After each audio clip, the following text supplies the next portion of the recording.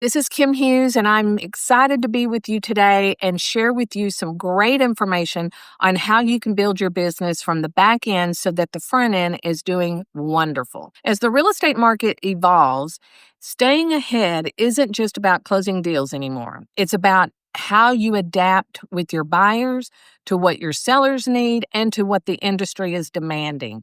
So, today we are going to talk about three critical areas that you need to focus on for the new year so that you can build your business and meet your goals by the end of the year. Welcome to the Unstoppable Real Estate Agents Podcast. I'm your host and real estate productivity expert, Kim Hughes. Join me as we focus on real strategies and implement real solutions designed for you to achieve major success in your business and life while getting you organized. So, to remain competitive and to grow your brand, you need to sharpen your focus on these three critical areas. Now, the first one is about building meaningful relationships. I know that you know this, but I will tell you right now that I talk to more agents that have struggled in the last year or two. And they are not sure why. They don't know, they're like, I'm doing everything and I'm making my phone calls and I'm farming to areas. I'm going to networking groups and nothing is working. Well, when I ask them, what are you doing to build the relationship? So, we're going to talk about two things. You're going to build your relationship with your past clients, which right there is money in the bank. If you are not reaching out to your past clients and you don't have a system in place to handle those past clients, then you are leaving money on the table. And this is an area that is very easy for you to build upon. These people know you, they've already done business with you. So why not tap into them and build those relationships to make them stronger so that way they come back to you to buy and sell in the future? They refer you to their friends, their family, their neighbors, etc. So let's focus on building your past client database.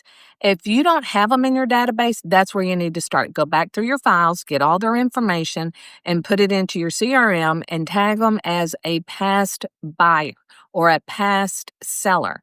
And then you need to put them on some type of email sequence so that you are reaching out to them every month. You've heard me talk about this before, so we're going to talk about it again. We're going to do newsletters. We're going to have email sequences that go out every month, a couple of times a month. You're going to send out market stats. You're going to send out just listed, just sold. You're going to tap into what your clients need. You're going to pick up the phone. You're going to call those past clients, ask them how they're doing. I don't care that it's been 5 years. Pick up the phone and call them and just tell them, say, hey, I have been meaning to call you. Life got busy. I was thinking about you and thought I'd just pick up the phone right now and call you to see how you're doing. That is a great way to start off the conversation. And remember, when you are having these phone conversations, they're about your client, not about you. So don't talk about anything that you have done. Like, I've sold 24 houses last year. How can I help you? No, it's what are you up to? What's going on? What's going on in your family? How's your house?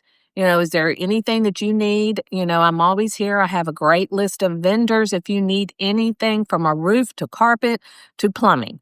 So make sure they know that you have resources that you can tap into to help them grow and build their home and take care of their home the way they should. Okay, so the next thing that we're going to do is we're going to master innovative marketing strategies. Okay, that's where we're going to tap into all of the marketing, all the ways that you can market yourself, as well as market to your sellers and to your buyers, and keep your brand in front of people all day, every day, all year long. Then we're going to embrace the cutting edge of technology. Technology has really come a long way in the last year. I mean, we have AI, which can really help you in your business if you know how to do it correctly. So let's talk about all of this. So as I was saying, we're going to go back to building those client relationships because that is really where you should be very strong. I have clients that will tell me I'm not comfortable reaching out to them. I don't want to feel pushy. I don't want them to think that I'm begging. I don't want them, whatever your excuse is, put it away, pick up the phone, send a text, send them an email, create a newsletter, and start just sending them a newsletter. And then after you've sent them one or two, then reach out to them by phone and say, hey, I just want to check in. Are you getting my newsletter? What do you think? I would love your feedback. What is it that you're looking for when I send this out so that I can make sure that I am listening to what you need and not what I think you need? Because those are two different things. So then when you get your audience involved in writing your newsletter, they're going to get excited about it. You might even tap into people that can help you write that newsletter. They may know things about AI that maybe they could throw in something in your newsletter for your audience. Because remember, if you're learning how to do something, most likely your audience is too. And then by you showing them that are the authority, then they're going to come back to you and go, hey, Kim, what about that AI? I need to do some things with my business and I'm just not real sure about how that works. Can you help me? Absolutely. And if you can't help them, then you can say, let me connect you with someone that I know that does know AI and they can help you with the needs that you have. Because that's who you are. You're not expected to know everything, but you are expected to know everybody. Make sure you listen to that again. It's not that you have to know how to do it, it's who do you know that knows how to do it. So keep that in mind when you're talking to your buyers, your sellers, your past clients, your vendors, etc. And then let's now focus on, the things that you can do that are a little bit different. So if you have listened to me or you know me, you know that I'm going to talk about building those relationships. And what we're going to do is maybe now we're going to start doing client events. If you're already doing client events, it's time to look at that client event and see how successful it is. If you've only done it for a year or two and you're not seeing a huge momentum in it, don't worry about that. Keep doing it. If you see that people are responding, then it is a win-win. So I'll give you a quick little story. I had a client that, probably 20 years ago, she came on board, new agent. She was very, focused on building her business, and she was willing to put in whatever she had to make it grow on a budget. So one of the things that we did was I said, let's do a Thanksgiving pie event every year. Oh, I just only been in the business maybe, I think 2 years. She only had like 25 clients. And I said, invite them. It's 25 people. So she did that and we put a lot of effort into it. It was so much fun doing. She had 12 people show up. She took the remaining pies and donated them, I think, to the fire department or to the police station. I'm not real sure. And then she was so bummed out. And she called me and was just like, oh, I just can't believe it. Nobody came, only 12 people out of 25. And I said, that was 12 people out of 25 that showed up. So that means that this is going to work. So let's do it again. The next year, she doubled. She has been doing that now for probably, 20 years? Maybe a little longer. She has now over 250 people that show up for that pie event every year. And it has evolved. I mean, it's now a full-blown all-day activity, type thing. So just because the first time it didn't work doesn't mean it's not going to work.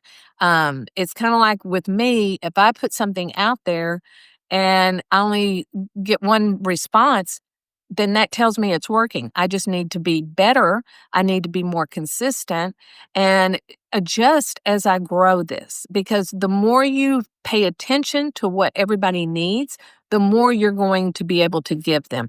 And then by giving them what they need, they're going to look at you as that authority, right? Okay.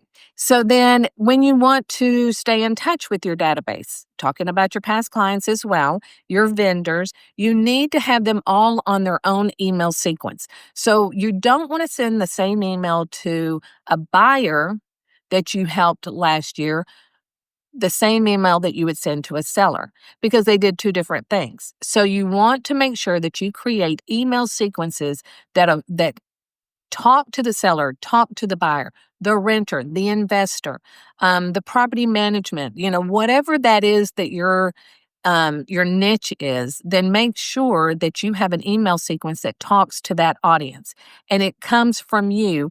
Now, this is where you can write it out, throw it into Chat GPT, and have it reword it for you so it does make it sound like it's coming more from you, if that makes sense. You kind of have to train ChatGPT to understand you and to know your personality, to know the way that you talk.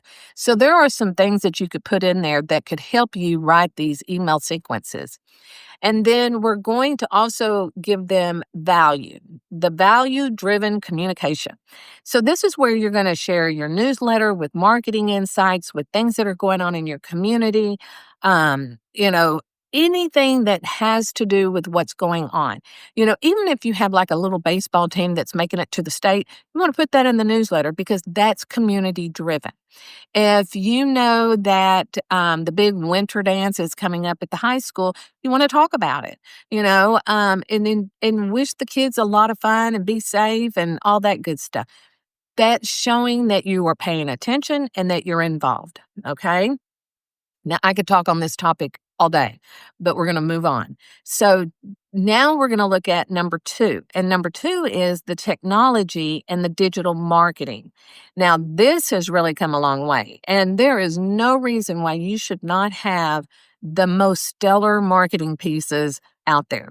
With Canva, you can do anything. You have to learn how to use it, just like any other program. But you can also buy templates and just change out a few things and then have you a marketing piece. We have a ton of templates on our website, kimhughes.com. If you go over there to the store under the resources, you will see that I have so many tools for you that you can just take them, put them in Canva, customize them to you, and you're done. Okay.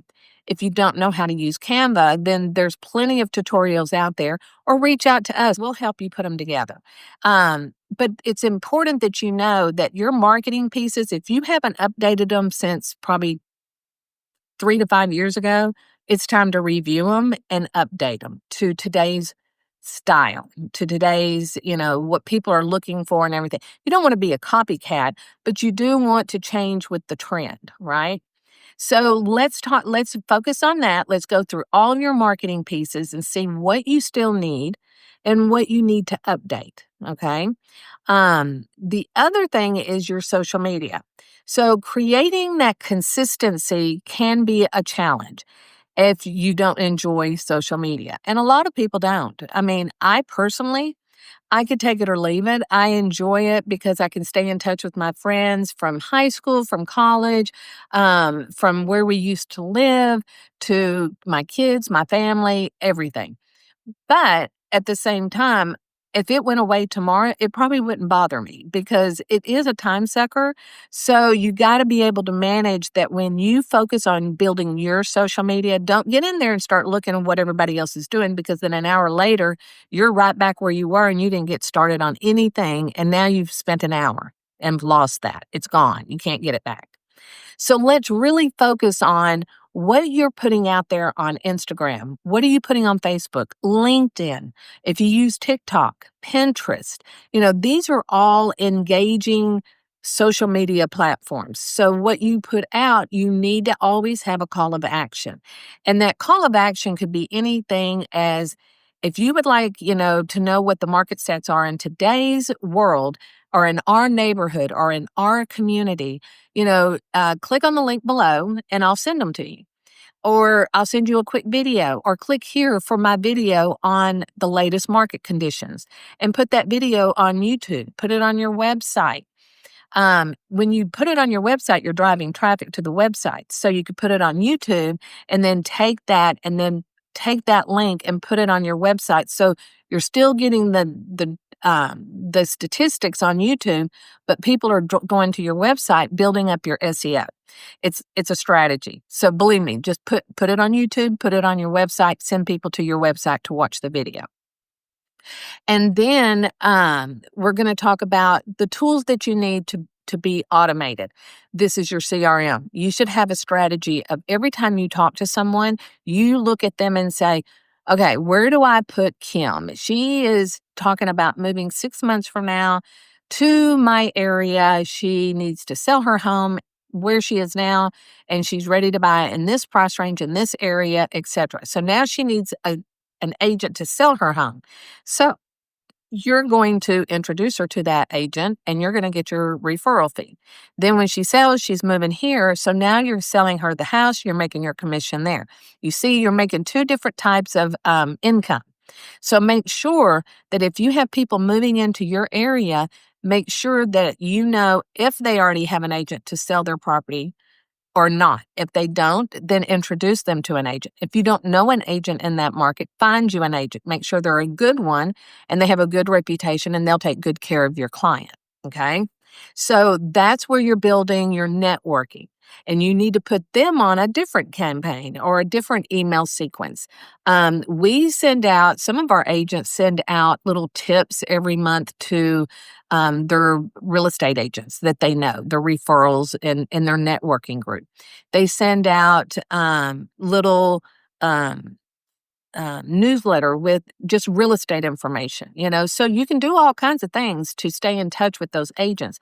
And then when they use your agent, they close, then you need to send a thank you card to that agent and really become, I'm not saying become best friends, but become really good friends through, the technology that we have to help each other. Because that could be huge for you. If they have a lot of people moving from their area to your area, they could be that agent that's referring you to them as well. So that could be a great little marriage going on. So we want to look at how do we automate your email sequences. Once you write them, you set them up.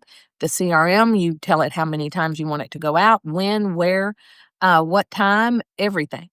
Then you want to look at your processes in your business. Now, this is where we could really spend a good time talking about building systems because every aspect of your business should have a very solid system in place. And if you have those systems, that's great. But when was the last time you reviewed them? So go back, review those systems to make sure that they are up to date to what you have in today's world of technology and resources and everything. So the next thing is the AI. You want to leverage AI for, tasks. Maybe you're struggling creating a system for how you do lead generation. You can go over to ChatGPT and tell it what you want it to do, why you want it to focus on this type of a lead, what are the key points that you need to make, and it will come together and put it together for you, and then you can take it, copy it to a Word document, and then you can go in and tweak it to your own personality. So that right there will save you hours. Back in the day, before we had all of that, I mean, I literally would sit down and write out email sequences just based on research and what I knew and what I had in my brain and what my agents wanted. And so that would take hours to do. I mean, literally hours. And now you can do it within maybe 2 or 3 hours, create a whole 12-month sequence. So why not take advantage of that on a rainy day? You're stuck at the house, you have nothing else to do. Then sit down and get to know ChatGPT and AI and all of that stuff. Because it's not about how hard we work, it's how smart we work. And with the technology that we have today, there is no reason why we should not have our systems in place. If you know somebody that's given you a system or a process, then look at it and then just adapt it to your own. You don't want to copy anybody because what so and so is doing is not really going to be what you do. So you really need to focus on what are you going to commit to and what are you going to do? And then you're going to set out those goals and you're going to accomplish those goals within the timeline you have set them up. Okay. So just make sure that you do that. And I would say schedule like maybe a couple hours a week, 30 minutes a day, and work on your business, inside your business. And then the third thing that we're going to talk about is the hyper local expertise in the market trends. So why does this matter? Well, buyers and sellers value the agent's opinion. They want to know your knowledge. They want you to share that with them because you're the expert in that market and in that community. And you need to make sure that your community knows that you are the authority. And therefore, your brand needs to be everywhere. Okay. I had an agent that was first starting out and she knew nobody and she had no business. So we thought of different ways that she could just get her name out there. Now this was about 15 years ago. So you have to remember we don't have the technology then what we do now. So what she would do is put together one of the things that we suggested was going every month and into the MLS and get her market stats for that month. And then put her information, take that, create a document, put her branding on it, put a note, if you'd like to know what your home is worth in today's market, send me an email. That was simple. Visit my website, whatever, send me a text, whatever you want to say to get them to take a call of action. Then what she did was she printed out like 100 and she took them like to her dentist, to the doctor's office, to the coffee shop. She went to places where people were sitting around, okay? And she would just ask the front desk, do you mind if I leave these market stats? This is the real estate market conditions for our community.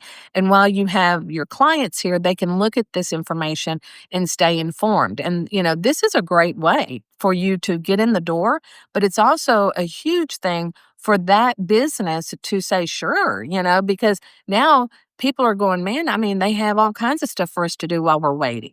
We're not sitting there twiddling our thumbs. We can read about the market stats. Hey, did you see those market stats that Dr. So-and-so had on the table when in the waiting room? So you're starting a conversation. People can take it with them. So you might want to leave 2 or 3 and see what that does for you. I know that sounds so hokey, but it works. It really, truly works. Instead of going and buying a sign in the grocery store or shopping cart, hand out your market stats and just walk the neighborhood, hand them out. But I'm telling you, if you go to these businesses where people are sitting in a waiting room and you put this information in front of them, they're going to pick it up, they're going to read it, they're going to know who you are. If they don't know you, now they're going to know your name. And most likely they're going to take that with them, especially if they're in the market to hire an agent to help them buy or sell a home. Or maybe they know somebody and they're taking it and they're going to hand it to their friend, and go, hey, you need to call this person. So these are little things that you can do that don't cost a lot of money. It doesn't take a lot of effort, but the reward could be, oh gosh, over the top. So then we want to connect with that community. You want to build those relationships. Even though that person has never bought or sold with you, you still want to be in a relationship with them. You want them to think of you when they are ready or when they hear someone else that needs a real estate agent. Getting to know your vendors in the community is huge. I'm not talking about your title companies and your mortgage lenders and all that. I'm talking about your electricians, your plumbers, your carpenters, your landscape people, the housekeepers. You want to know all these people because these are the people that talk to their clients, and their clients may not be yours, and vice versa. So, you could build a relationship with these companies or these local businesses and, encourage them to recommend you. Maybe you give them market stats, maybe you give them business cards, whatever it is, and make sure you get that from them so that you can have that on hand when somebody calls you and says, hey, I need a plumber. Who do you recommend? Oh, I'm going to recommend Joe over here. And then when Joe's over at somebody else's house working on their plumbing, like, oh my gosh, we're trying to get the house on the market. We were trying to get all these things done before we do that. And Joe will turn around and say, hey, do you have an agent? No, I don't. Well, you need to reach out to and hand them the card. So ask your vendors, hey, keep them in your car. If anybody needs me, just give them their card and tell them to call me. Make sure they mention your name so that I can thank you for that referral. And you might even do a business to business event. Maybe you get together and all of the businesses, y'all go to a bowling party, putt-putt, movie day, a wine tasting. You can do the same thing for your vendors that you do for your clients. It's just in a different fashion. So, as you are building your name in your community, not only touching base with your past clients, but you are showing your authority in the market because you have all of this knowledge and you're sharing this knowledge. Don't keep it to yourself. You share it with your past clients, your current clients, your businesses. You are going to put it in your newsletter. You're going to talk about it on social media. You're going to do videos about what's going on in your market. You could even do a video on an event that's coming up.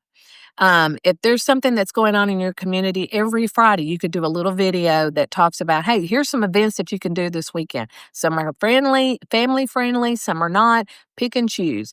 And you could send a video out every week. If you send it out once a month, then you can list more and have them refer to it. And that way they keep that email in front of them so they can refer back to, okay, what do we want to do next weekend? Oh, yeah, that agent sent me an email with all these events. Let's go look at that. So there's a lot of things that you can be doing that you may not be doing.